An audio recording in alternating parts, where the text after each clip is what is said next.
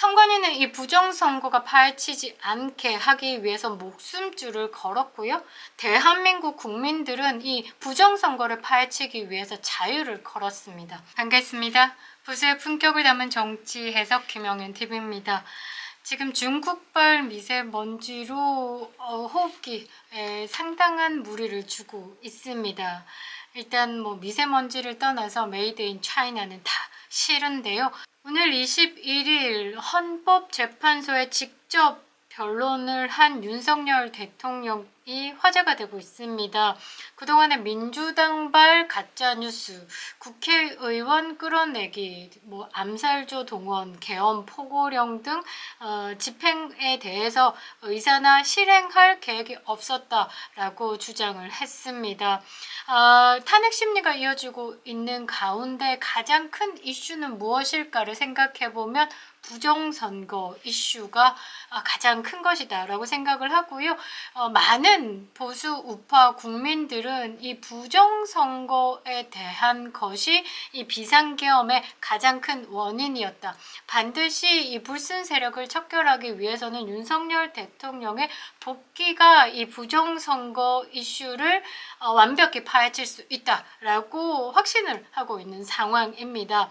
그런 와중에 스카이데일리가요, 이 선관위 연수원 생활동에서 잡힌 중국 간첩들 99인이 미국령으로 이동을 해서 지금 대한민국 부정선거 그리고 대한민국의 댓글 조작 등 참여했던 부분에 대해서 진술을 받아냈고 이것이 가장 강력한 카드가 될 것이다. 트럼프도 이 윤석열 대통령의 비상계엄 상황에 대해서 굉장히 인식을 하고 있고 동변상련의 마음으로 지켜보고 있다. 반드시 어떤 메시지가 튀어나올 것이다 라고 이야기를 하고 있는 상황에서 사실 이미 부정선거는 전 세계 많은 나라에서 실제로 이루어지고 있는 상황입니다. 대한민국만 이 부정선거 의혹을 제기하자 음모론자, 틀다, 한나라의 대통령의 유튜브, 보수 유튜브, 극우 유튜브에 빠져서 제대로 된 정책을 펼쳐내지 못하고 있다. 이런 식으로 막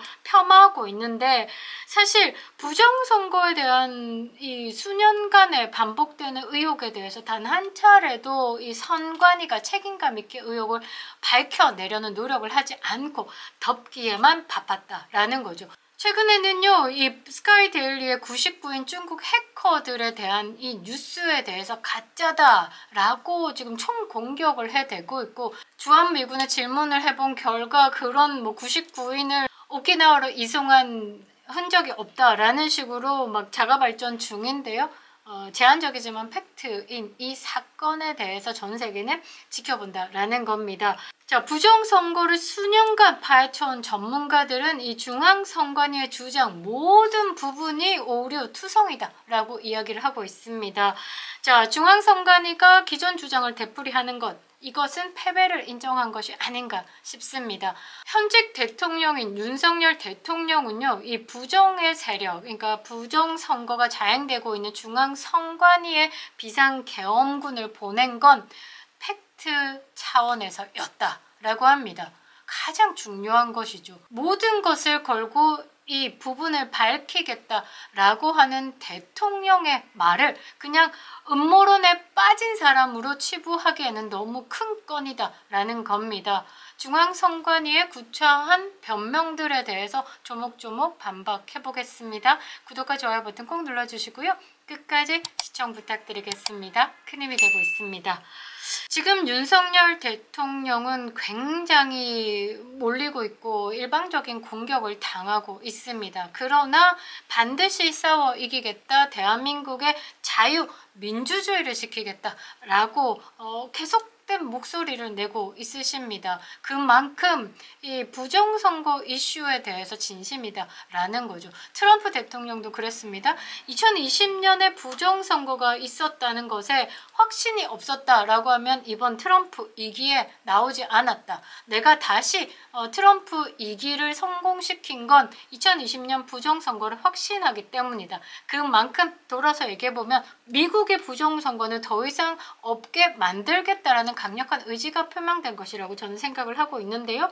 윤석열 대통령 또한 불공정한 재판과 불공정한 지금 수사를 다 견디고 있으면서도 계엄 선포의 이유가 부정선거 의혹에 대해서 팩트 체크 차원이었다라는 것을 굽히지 않고 있는 상황.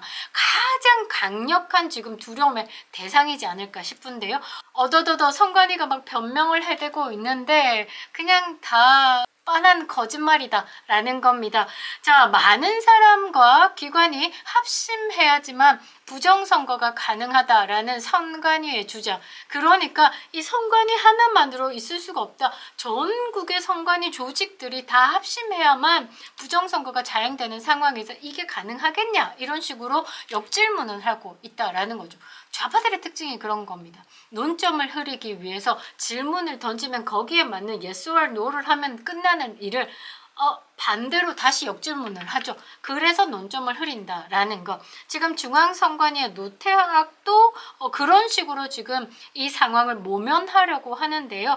자, 선관위가 부정선거 주범으로 궁지에 몰리자 기존의 입장을 계속 앵무새처럼 반복하면서 부정선거 가능성에 대해서는 굉장히 힘들다 이런 식으로 부족한 논리를 막 주장을 하고 있습니다. 자, 첫 번째, 투표지 위조는 이미 대법원에서 판결했다. 그래서 문제가 없다라고 하는데 이거는 상당한 무리가 있습니다. 그동안의 대법원 판결 자체가 말도 안 되는 판결이다라는 거죠. 이번에 서부지법에서 윤석열 대통령의 관저, 그러니까 대한민국의 군사기밀지역임에도 불구하고 그 수색영장을 발부할 때 110조, 111조 예외를 한다라고 하는 꼼수 발부를 했죠. 지금 사법부가 국민적 신뢰를 잃은 상황에서 이 대법원이 판결을 냈으니까 무조건적으로 믿으라?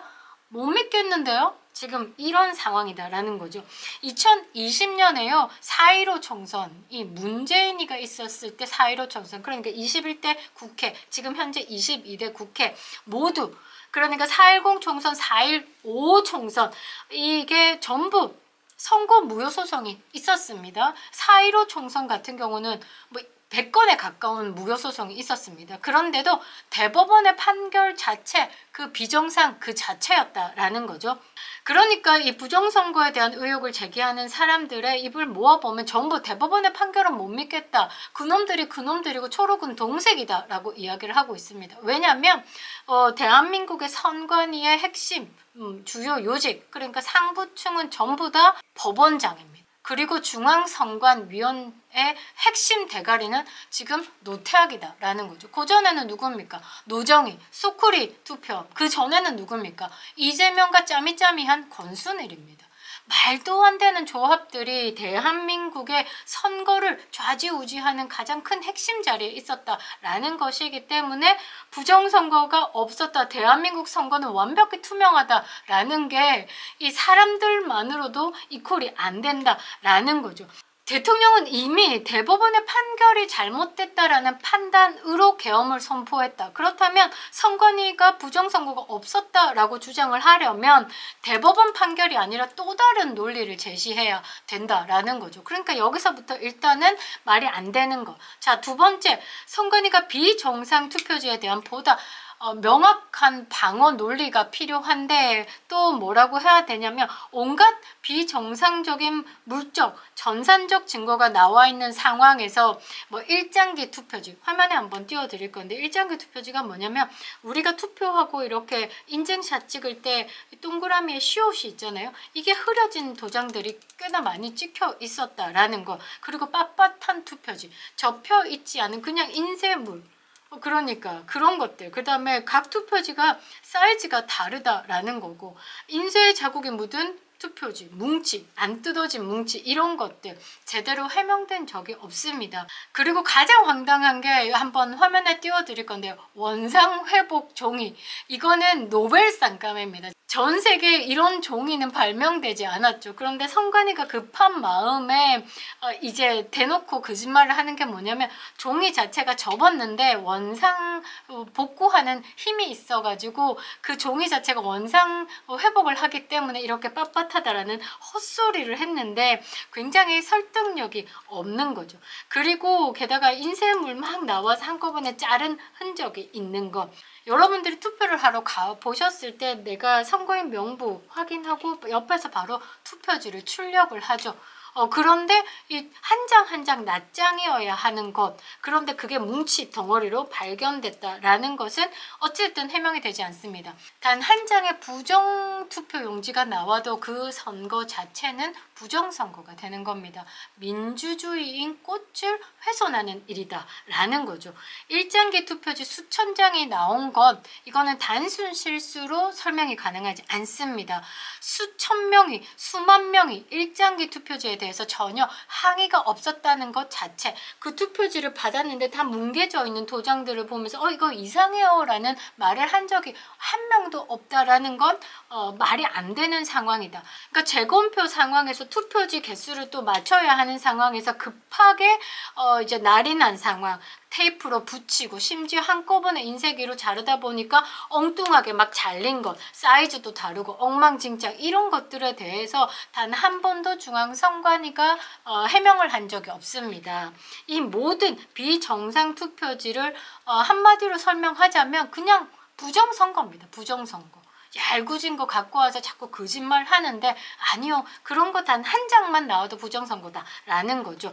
그리고 선관위가 지금까지 똑같이 하는 말이, 많은 사람들이 이 부정선거에 관여해야지만 가능하다라고 이야기를 하는데, 그렇다고 하면 전체가 다 가담했던지 아니면 부정선거가 없었던지, 이게 둘 중에 답 하나거든요. 그런데 이미 부정선거가 있었다라는 의혹이 지금 몇 차례 있었죠. 그리고 막 이상한 종이가 발견됐죠. 그렇게 봤을 때 이 연장선상에서 봤을 때는 뭡니까? 선관위라는 그 구조 자체가 전부 부정의 세력이다 라는 답밖에 낼 수 없다라는 거죠.